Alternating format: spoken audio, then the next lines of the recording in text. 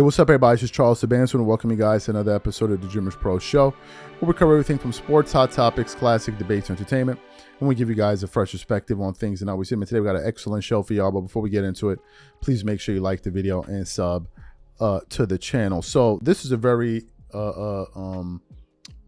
delightful show for me, right? I'm very happy to produce this show. As you guys know, Kobe Bryant is my favorite player in NBA history, right? I think he's one of the top 2 players of all time.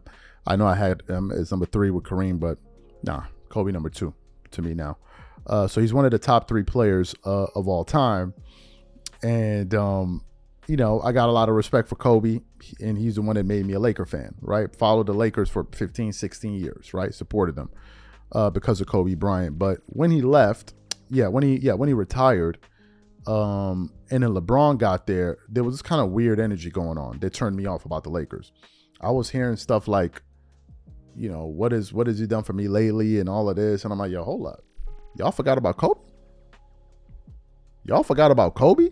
Like, y'all gonna throw Kobe away after what? I'm lost. Dude that gave 20 years of his life to this organization, helped bring 5 championships there, represented the purple and gold without even and he was he wore it on his shoulders, right? Unapologetic. I can't even say the damn word, but you know what I'm saying?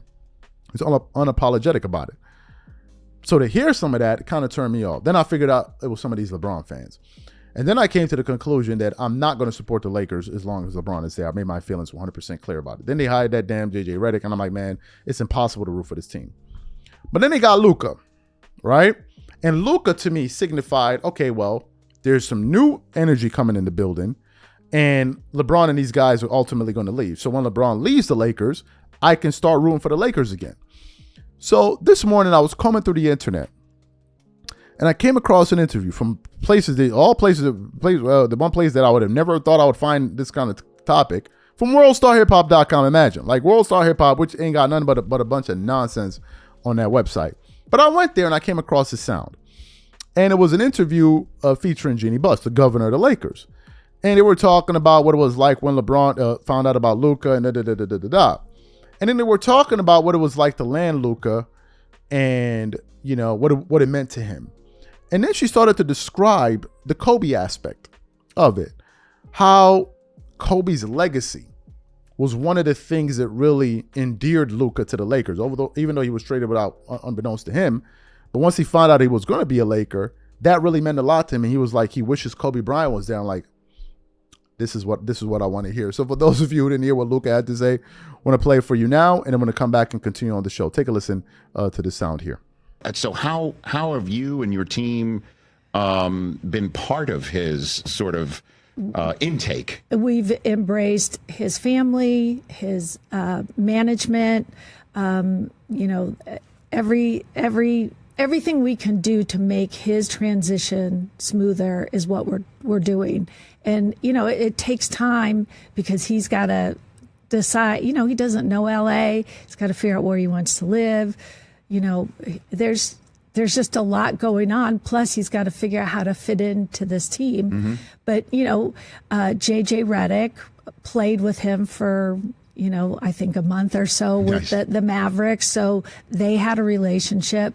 Dorian Finney-Smith, who had been his teammate with the Mavericks, we had just acquired a few weeks before. So, you know, we're just trying to build that continuity, that community where he feels embraced and, you know, he can accomplish all the things that he wants to.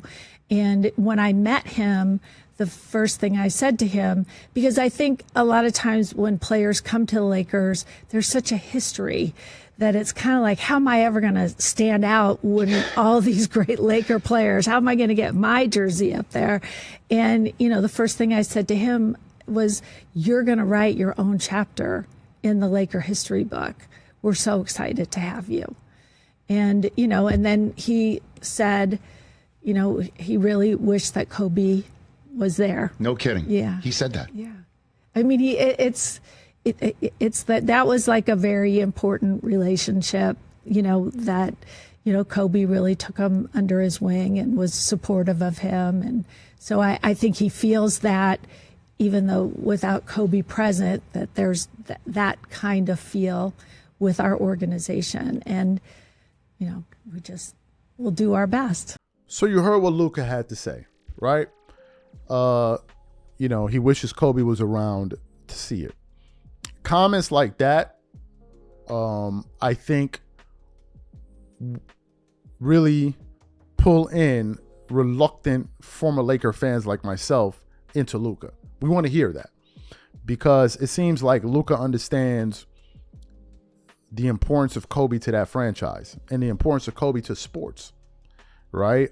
There's even that video of Kobe with his daughter at the game and he's embracing Luka and they're kind of talking. Luka was playing and then Kobe said something and he turned around and they embraced. And then, I heard that Kobe brought his daughter there to watch Luka play because he was one of her favorite players. So Luka saying that he wishes Kobe was there is something that I think is going to work well with a lot of Laker fans. I think a lot of Laker fans would be happy to hear something like that this guy is kind of part of what the Lakers are all about, right? And I ultimately think that when LeBron ultimately leaves the Lakers, I think that there's going to be way less drama with the team. Yes, they may go through dry spells where maybe they're not playing well, they're having struggles, but I don't think it will be what it is now. I don't think all of that toxic energy and coverage that surrounds the Lakers on a daily basis will be what it is. And I think it's going to be refreshing. Now, Luka is a diva. He has his antics as well, but so does every star, to be quite honest with you. But I don't think it'll be to the degree that it is with LeBron. So what am I saying? What I'm saying is that ultimately, when LeBron does leave the Lakers, it will make it easier for people like myself to root for the team. Now, I did hear something yesterday that I hope is not true. Because if it is true, I don't know how I'm going to root for the Lakers ever again in life. I heard a report from Too Raw for TV, and he was like, he heard a sound of Dwight Howard. I forgot on whose podcast he was on. And essentially what he was saying was that Dwight Howard spoke to LeBron James. And LeBron told Dwight Howard that his plan is to get his son on the team, which he already did, get his other son, I believe Bryce, on the team, and then become the owner of the Lakers. And when I heard that, and then have it like a family affair, to quote Dwight Howard, paraphrase rather, and then it'll be like LeBron and the Lakers. If that happens, I'm never supporting the Lakers ever. I will never support the Lakers. I'm sorry. I will never do it. I will never do it. If that happens, I will never do it. Nope, absolutely not. I cannot be. This is the thing. You can't be a Kobe fan and be a fan of this dude. I just can't. And then when you now have him being a part of the Lakers, which has been just an absolute mess ever since he got there, just drama and drama. I would never do it. Absolutely not. Now, the likelihood of that happening is close to nothing. Close to zero. I don't see how LeBron would take over. Why would it be a family affair when they didn't even give it to Magic Johnson, who owns some shares in it, but they didn't even give it to him? But they're going to give it to you. I'm lost. Why would that happen? Why would they give it to LeBron, of all people? Because of what?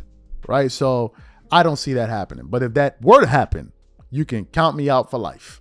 There's no way in hell I would ever support the Lakers, even if he's not playing, but he owns the team or something. It's just not going to happen. It is what it is. I'm not hiding my feelings about it. I ain't running or ducking or nothing. That's exactly how I feel. So these are my thoughts. So the question to the audience is simply this. What do you think about, this is to the Laker fans, what do you think about Luka understanding the importance of what Kobe meant to the Lakers and really respecting his legacy? What are your thoughts about that? Whatever you guys think, please leave your thoughts and comments in the comment section. We're going to catch you on the next show. And I'm out. Peace.